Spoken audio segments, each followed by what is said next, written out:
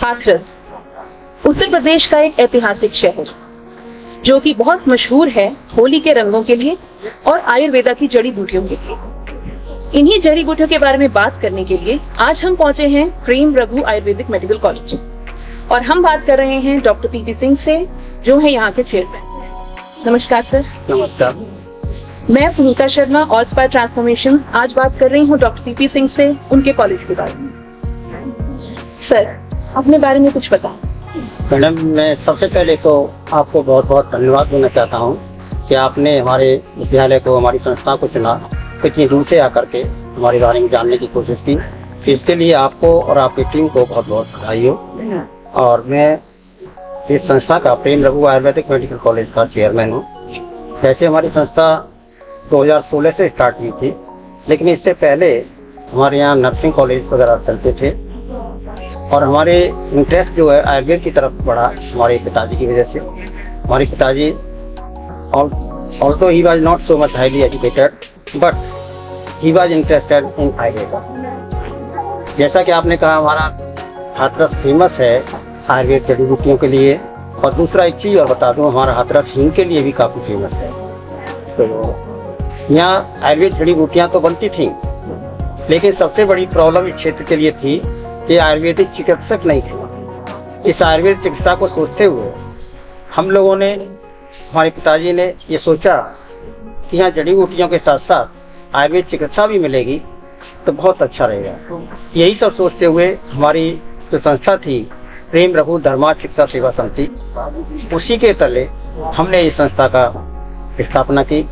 ये हमारी स्थापना 2016 से हुई। यद्यप हमने एक आयुर्वेद हॉस्पिटल तो 2013-14 से ही इसको चलाना शुरू किया था। इसके बाद हमने ये आयुर्वेद कॉलेज खोला और इस क्षेत्र की बहुत अधिक ज़रूरत थी। इससे हमारे क्षेत्र के काफ़ी बच्चे शिक्षित हुए और हमारा एक बैच निकल चुका है, जगह जगह पर काम कर रहा है। तो इसके लिए हम बहुत अपने आप को गौरवान्वित समझते हैं कि हमारे पिताजी की प्रेरणा से हमने इस संस्था को स्थापना की। और मैं आपके लिए बार बार इसी बात के लिए धन्यवाद देता हूँ कि आप लोग यहाँ आकर के हमारा इंटरव्यू हुआ और हमारी संस्था के बारे में दूर तक बताएं। बहुत बहुत शुक्रिया सर। जैसा कि मैं समझती हूँ, सारे जो मेडिकल कॉलेजेस होते हैं इंक्लूडिंग आयुर्वेदा, उनमें हॉस्पिटल वैसे भी एक बहुत अहम हिस्सा है। तो आप अपने स्टूडेंट्स की जो इंटर्नशिप है वो आयुर्वेदा और मॉडर्न दोनों में कराते हैं, किस तरीके से? थोड़ा तो मैडम, मैं बताना चाहता हूँ कि हमारे यहाँ केवल आयुर्वेदा हॉस्पिटल ही नहीं है, हमारा 100 बेडेड एक एलोपैथी हॉस्पिटल भी है, जिसकी स्थापना हमने बहुत पहले ही 2002 में कर दी थी। पहले हमारा 50 बेडेड हॉस्पिटल था, लेकिन अब ये 100 बेडेड NABH हॉस्पिटल है।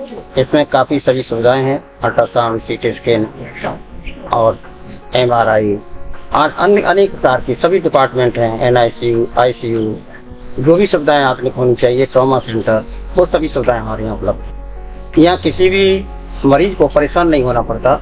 जो भी इमरजेंसी होती है हमारे हाथरस में, कोई इमरजेंसी हमारे यहाँ जरूर आती है और हम उसको अटेंड करते। हमारा क्षेत्र स्वास्थ्य हमारी संस्था से बहुत संतुष्ट है कि कभी भी किसी तरह की कोई भी परेशानी हो, चाहे रात को 12 बज रहे हो, कोई भी समय हो, हमारे यहाँ मरीज आता है, उसको तुरंत उपचार मिलता है।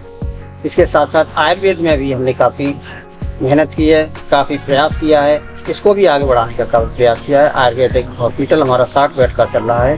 इसमें हम कुछ दवाइयाँ भी, आयुर्वेद दवाइयाँ भी तैयार कराते हैं। उसके लिए भी हमारी जो वो है लैब वगैरह सब तैयार हैं। तो ये आयुर्वेदिक दवाइयाँ बच्चों द्वारा तैयार कराते हैं, बच्चे इनको बनाना सीखते हैं और इनको दवाइयों को गरीब लोगों में भी वितरण करते हैं। इसके साथ साथ जैसे अभी पिछले वर्षों में जो कोरोना महामारी आई थी, उसमें हमने काफ़ी दवाइयाँ, विशेष तौर से काढ़ा तैयार कराया था। उस काढ़े को जगह जगह पर वितरण करके काफ़ी लोगों को इससे लाभ पहुँचा। और मैं बस यही कहना चाहता हूँ कि हमारी संस्थाएं, दोनों ही संस्थाएं एलोपैथी और आयुर्वेदिक बहुत अच्छे काम कर रही हैं। हम यहीं तक नहीं रुकेंगे, इस संस्था को बहुत आगे ले जाएंगे। हम सोचते हैं कि हम सीट का एनहेंसमेंट भी करें, 60 सीट से 100 सीट बढ़ाएं और ED से PG तक ले जाने का हमारा विचार। सुनकर बहुत अच्छा लगा सर। बच्चों को एजुकेशनल इंस्टीट्यूशंस की बहुत जरूरत है, जैसा कि हम जानते हैं। आपके हिसाब से सर आयुर्वेदा कॉलेजेस, जैसा कि हम सब जानते हैं फिलहाल एलोपैथी काफी जोरों शोरों पर चल रही है, लेकिन आयुर्वेदा ने भी अब काफी आगे अपना कदम उठाया है मिनिस्ट्री ऑफ आयुष की वजह से, और भी कई प्लेयर्स हैं इस चीज में। तो मैं आपसे जानना चाहती हूँ कि आयुर्वेदा कॉलेजेस में बच्चों को ऐसा क्या मिलेगा जिसकी वजह से उन्हें एक स्विच करने में आसानी हो, उनकी प्राइमरी चॉइस आयुर्वेदा। संबंध में मैं कहना चाहता हूँ मैडम, आयुर्वेदा के संबंध में हमारा आयुष मंत्रालय अलग से बना हुआ है। पहले ये नहीं था, अब ये हमारी गवर्नमेंट ने, केंद्र सरकार ने आयुष मंत्रालय बनाया है और इसके लिए गवर्नमेंट काफ़ी प्रयासरत हुई है और हम लोगों को काफ़ी हेल्प भी कर रही है कि हमें इसको आगे बढ़ा के ले जाएं। और बच्चों को इसलिए इस तरफ प्रेरित किया जाए, बच्चे इसलिए इसको, क्योंकि हमारे पेशेंट जो है मरीज अभी एलोपैथी से लौटकर आयुर्वेदा की तरफ बढ़ रहे हैं। एलोपैथी से लोग कहते हैं कुछ साइड इफेक्ट भी होता है, लेकिन आयुर्वेदा एक ऐसी दवा है, ऐसा उपचार है जिससे स्लोली, धीरे धीरे तो उपचार मिलेगा, फायदा मिलेगा, लेकिन एक स्थायी रूप से मिलेगा। तो इसकी तरफ बच्चे बहुत अधिक भाग रहे हैं। कोविड के बाद ऐसी काफी, कोविड के बाद भी काफी बच्चों का इस तरफ आकर्षित हुए हैं। और बच्चे, ऐसा नहीं है कि कभी एलोपैथी, अब हम जानते हैं कि आयुर्वेदा ही चिकित्सा की जड़ है, आयुर्वेदा से ही सारी चिकित्साएं शुरू हुई है। पहले आयुर्वेदा में इतने, अब इतना नहीं है, अभी आगे बढ़ता जा रहा है।